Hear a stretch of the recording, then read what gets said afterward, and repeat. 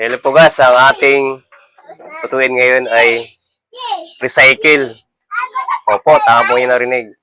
Recycle to, alam mo bakit? Dahil ito ang ulam na niluto ko ngayon ay galing sa kilawin.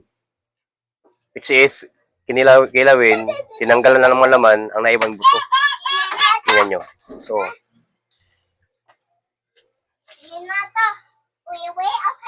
isdang tangigi.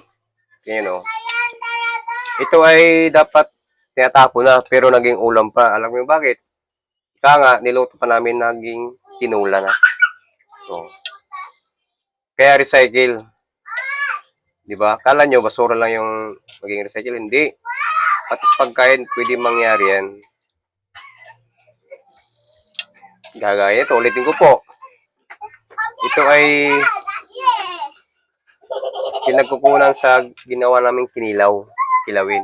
Ngayon, may mga buto-buto. Napakinabangan pa, ginawang tinula. O, di ba? Tips. Ibig sabihin, nagkaroon naman kayo ng kaalaman. Kaya, pag bago ka po sa aking channel, huwag mong kalimutan mag-like and follow. Share mo na rin. Tara, kain tayo. Kain ka muna. Kung ayaw mo kumain dito, kain ka. Wow. Tinulang recycle tangigi.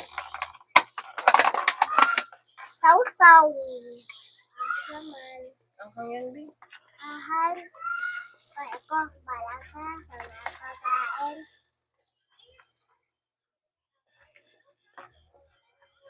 Sarap. May pa, hitan mo ha. Pau. Minute pa, hitan mo. Tatlong araw. Ayoko. Ano? Nagulog ako dito eh. Ba't siya ba?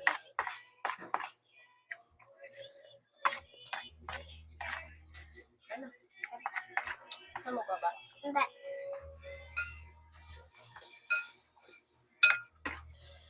Ano ka? Yan ka. Ang gamat. Video ko sila ba?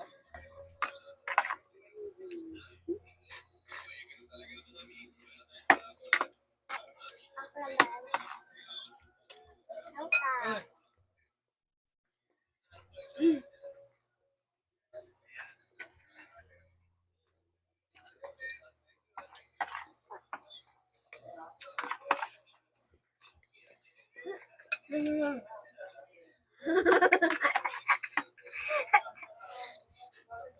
Yun, bawal sa masaya mo kumain.